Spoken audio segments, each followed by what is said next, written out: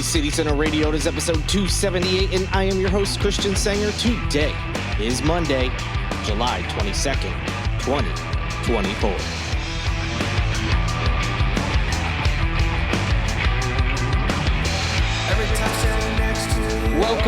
Welcome. I hope you enjoyed your weekend. It was a hot one. Yeah, we had some rain here and there, but as usual in July and August, no surprise. It was a little steamy out there. I hope you stayed cool, had fun, and just enjoyed your weekend with whatever you were doing. But yes, it is Monday, so we are back with another episode. Not a ton going on in Holy City Centerland. My family is visiting. As of this recording, they are all here. Sadly, on Monday, when you'll be listening to this, my brother and his family will have left, and I'll definitely be bummed out about it. It was nice having them here. Their week-ish visit went by way too fast. But it was great to see him, my sister-in-law, and my niece and nephew. It's always great having them here. Nothing too crazy to report. They did lots of fun stuff, around town when I was working. And then later on in the evenings, we would have dinner and hang out, watch movies or whatever. But we did spend a good chunk of Saturday downtown, going through the market, which I almost never do. As most locals, you don't make it to the market all that often. You've seen it a bunch of times, and you're familiar with the vendors and things. We don't always think to go down there, but it was nice to just kind of, stroll through the market, see some of the vendors you remember, as well as some new folks that are there. And, there's been some changes in the businesses around the market as well. So it was just nice to be in an area of town that I don't get to all that often, and just had a good time hanging out with everybody. Thankfully, my parents are still here, and they're two very good doggies. So I'm not all alone. We get to taper the visits, so a chunk of the family leaves, but, my folks are still here. So, it's not like a complete cutoff where everybody all of a sudden is gone after having a packed house. So I'll have them here, which is thankfully making my brother and his family leaving much easier than it would be if everybody abandoned me at once. But great to have everybody here. Been having a lot of fun with them. Outside of that, not a whole lot to talk about in my life, so we're just going to go right ahead and get into the latest news. The Post and Courier was able to dig up some details about $3 million that the Charleston County schools had to pay in COVID relief funds. This whole debacle, as the Post and Courier called it, also led to the director being fired, and they have all sorts of details. I encourage you to visit the link in the show notes. It's a very detailed story. I'm going to kind of hit the highlights, but there's a lot to the story, and like I said, go ahead and check it out so you make sure you have the full scope of things. But here's the gist of it. The Charleston County School District had to pay about $3 million out of their own pockets instead of being able to use federal pandemic relief money, that they had allocated as schools across the country did.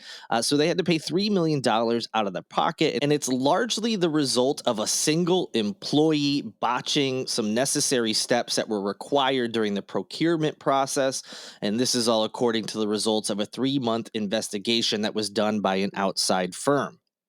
So most of the money was supposed to be for a student reading program in Hollywood and Ravenel, some schools in those two towns, but the procurement issues were discovered with other programs across the district.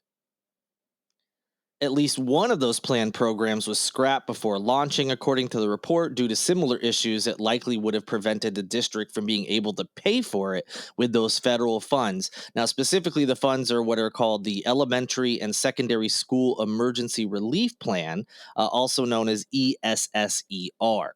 Now, district officials said they learned about payment issues with certain vendors back in November, and then there were some other serious concerns that arose in April. Superintendent Anita Huggins, at that point, decided to hire the White and Story law firm in Columbia to investigate the matter.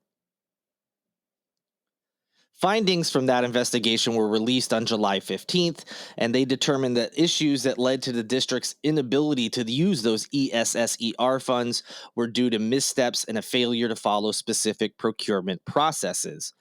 John Cobb, who served as the executive director of the district's federal programs department, was ultimately blamed for the mistakes in this report. And then Huggins ended up firing Cobb the same day the report was released. That is according to a copy of his termination letter that the district provided to the Post and Courier. Cobb, for his part, did not respond to multiple messages from the Post and Courier when they were seeking comment. Now, if that name sounds familiar, it's because back in June, just last month, Cobb had sent a letter to the Charleston County School District Board in which he accused Huggins and other district officials of misusing the funds and approving projects without going through the proper approval processes. He wrote that when he gave pushback on all of that, he was removed from assignments. He also accused Huggins of forging his name on a document. And then on top of that, he also accused Huggins and Chief Human Resources Officer Bill Brigman of creating a hostile work environment by stripping Cobb of his position over the federal programs and reassigning him to be executive principal of Meminger Elementary School, which is in downtown Charleston. Cobb said that he considered that to be a demotion. He also accused Brigman of trying to coerce him into retiring. So you may remember that story that happened, all those accusations that came out. We talked about that in a previous podcast episode and also related it to how it was similar to accusations that were made against the last superintendent who was only in the role for a month or two, Dr. Eric Gallion, and how the two processes that the school district board took were vastly different in how they handled what were essentially the same accusations against two separate superintendents. But putting that aside, when those accusations came out this time around, the school board decided to, do this investigation. They called a special meeting on July 1st to announce that the hostile workplace investigation found no basis for Cobb's claims. Some people asked for further details about it back at that time, and the school board said that it was still ongoing, and so they couldn't release a full report, which was bizarre considering how could it still be ongoing if you've determined that the accusations were false. So either you've come to a conclusion and the investigation is done, or you haven't. And so there was some questions about that. So again, that point and the point about the initial accusations when they came out and how the board reacted differently than they did the last time there was similar accusations against a different superintendent, that is on an older podcast if you want to listen to it, but this is the latest update. So if their report is accurate, it's an outside firm, so it's not like the school board did this report themselves and railroaded an employee. It would seem that the report is accurate, and it didn't give specific details about what missteps exactly were made by Cobb, but basically through the procurement process, he apparently made some mistakes that ended up preventing the school from using, funds from the government and having to pay $3 million out of pocket. Just another example of this school district just having so many issues with money. We've talked about a lot of that before. Usually it relates to the school board and, all the missteps they've made and how horrible they, especially when they, the school year started, how terrible they did at just about everything and cost the district so much money.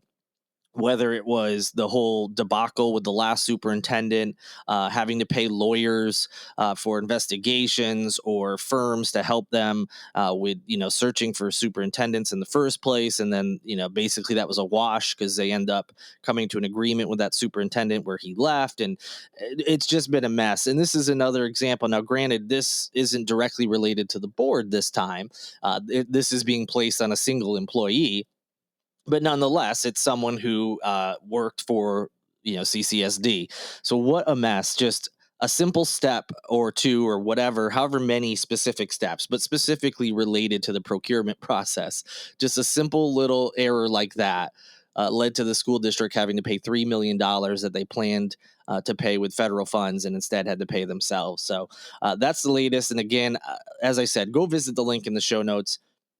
There's a lot more detail in there and some other things that I just didn't, have the time to get into here on the podcast today. It's an interesting story and just shows that the dysfunction isn't just the board.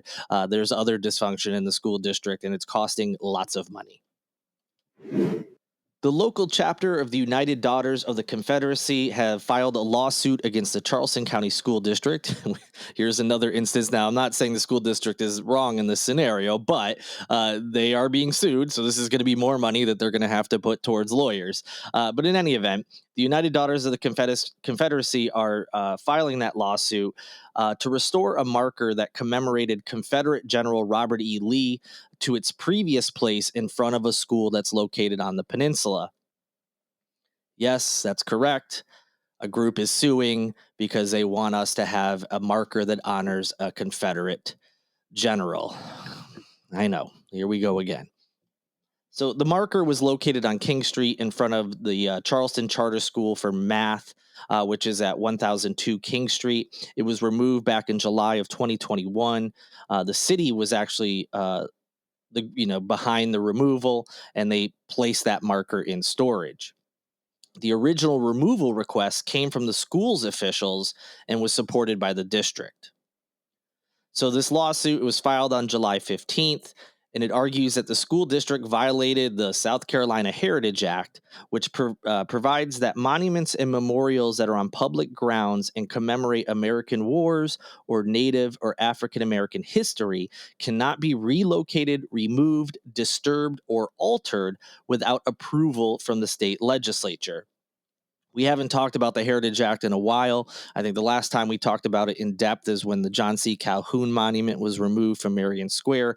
But yes, for those unfamiliar, this state has this Heritage Act, as it's called, and that's exactly what it's in place for. Now, they've added the language, that Native American and African American history is also included in this. But let's be real here. The real reason it was created was because they didn't want Confederate monuments or Confederate adjacent monuments, such as the John C. Calhoun statue, to be removed, because we have to celebrate traitors to this nation for some reason.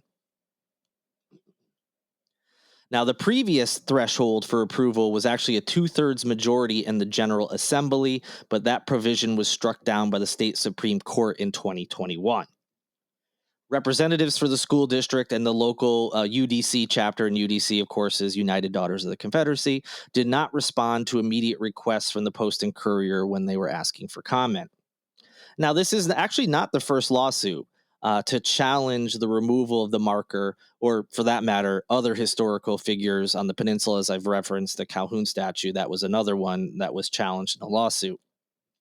A group called the American Heritage Association, which there's not a whole lot of information about them online. There's a website, they have an email newsletter. Best I can tell, it's like a guy, maybe a couple guys who just really love honoring traitors to this nation and hate that these monuments celebrating them have been torn down, and so they're behind these lawsuits. And honestly, it's really hard to find out what exactly this group, if it even is a group, is. Like I said, it seems like it's just a guy or two that have a website and an email newsletter and are just claiming that they're this, powerful group who have, certain people's interests in mind.